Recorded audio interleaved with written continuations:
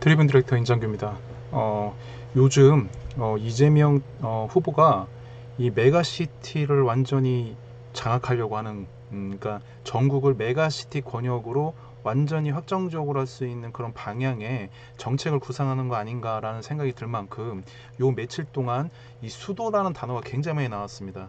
그러니까 세종은 행정수도로, 그리고 대전은 과학수도로, 그리고 부산은 해양수도로 만들겠다. 지금 세종시에 있는 해양수산부 중앙행정기관을 부산으로 이전하는 내용까지도 어제 발표를 했습니다. 그만큼 이 수도가 연달아 이게 나오겠다라는 게 참 재밌지 않습니까? 그러니까 수도라는 건 어떻게 보면은 이 서울을 상징하게 되는 거고, 그 서울의 기능들 중에서 행정, 과학, 그리고 해양, 이런 어떠한 그 수도 기능을 하나씩 지방으로 이전함으로써 국가균형 발전을 꾀한다라는 내용이겠죠. 이 부분이 왜 세종, 대전과 부산에 이 포커스를 맞춰가지고 이렇게 하는지, 이건 결국은 이재명 후보가 이 대한민국의 이 국가균형 발전의 모토를 메가시티로 이제 방향을 잡고 있다, 이렇게 해석할 수 있을 것 같습니다. 메가시티 전성시대가 이제 열린다고 보는 거죠.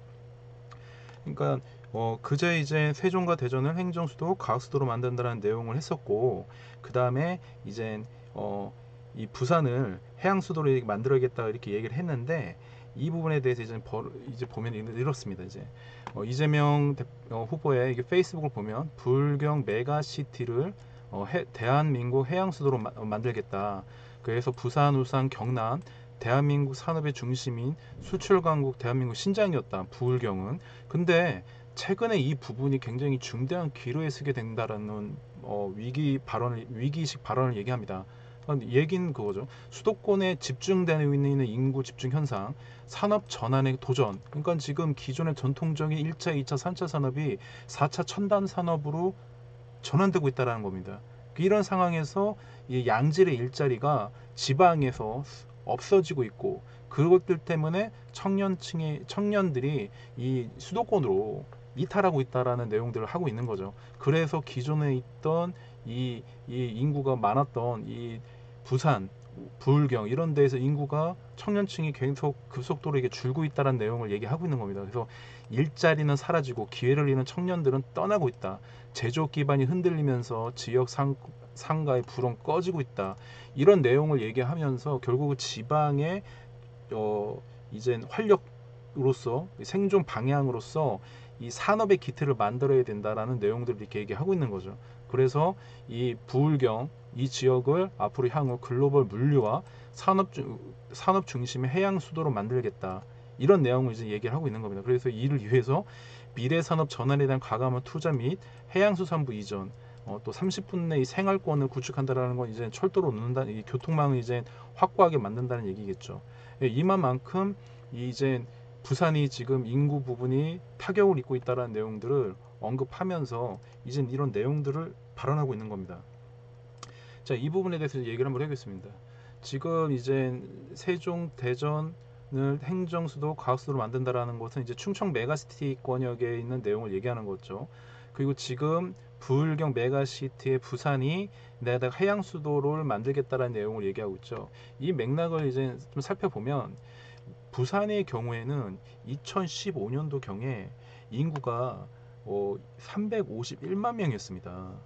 근데 지금 이게 인구가 지금 불과 10년 만에 인구가 25만 명 이상이 줄어든 거죠. 이거는 비단 여기뿐만이 아닙니다. 울산도 2015년도 같은 시기에 117만 명이었습니다. 근데 지금 그 인원이 7만 명이 줄어들어가지고 지금 109만 명으로 이제 줄어든 거죠. 이만큼 지금 부산, 울산이라는 기존의 전통적인 이 불경 지역의 이 경남, 이 PK 지역의 핵심적인 산업 도시가 위축되고 있다라는 내용을 이제 얘기하는 거죠. 그래서 이 지역에다가 첨단 과학 산업뿐만이 아니고 해양 물류 이런 것들에 대한 기능을 확장 강화시켜가지고 거기에다가 이제 이 거점 도시, 그러니까 메가시티의 이 생활권 메가시티를 만들어가지고 인구를 묶는다. 그래서 청년들이 거기서 정주하면서 계속 그 지역의 기본적인 이 성장의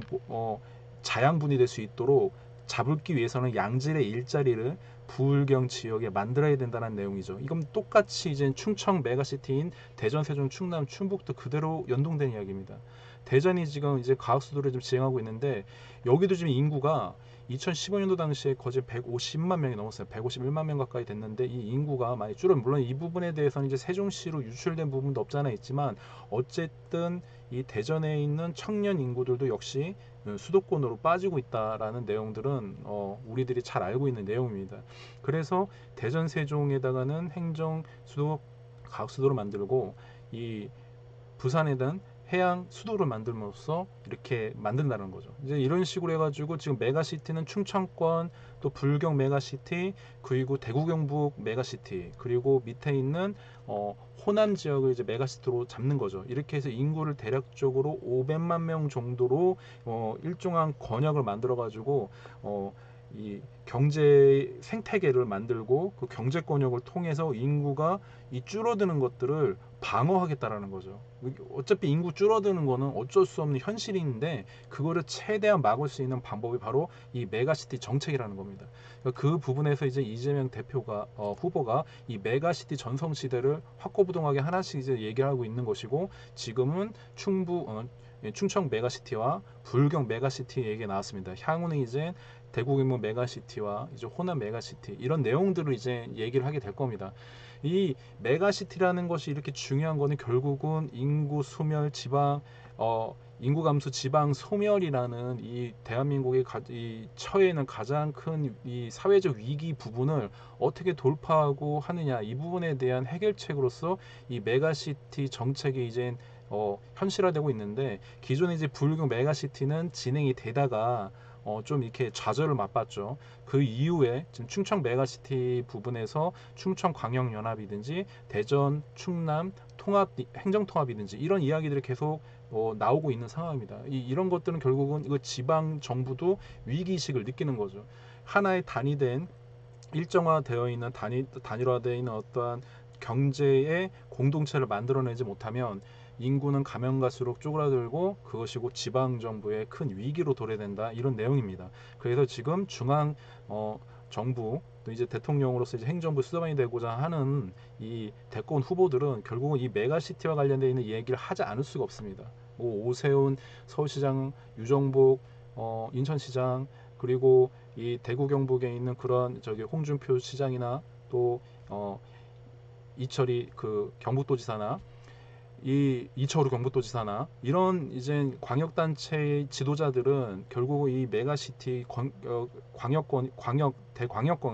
권역에 대한 이야기를 계속 주장해 왔습니다. 이 부분에 대해서 이재명 가장 대표적으로 선두에 가 있는 가장 유력한 대권 후보로서 이재명 후보가 이 메가시티 관련되어 있는 이야기를 계속 하니까 이 시대의 흐름이 이런 방향을 가고 있다라는 내용들을 정확하게 알려줄 수 있는 거죠.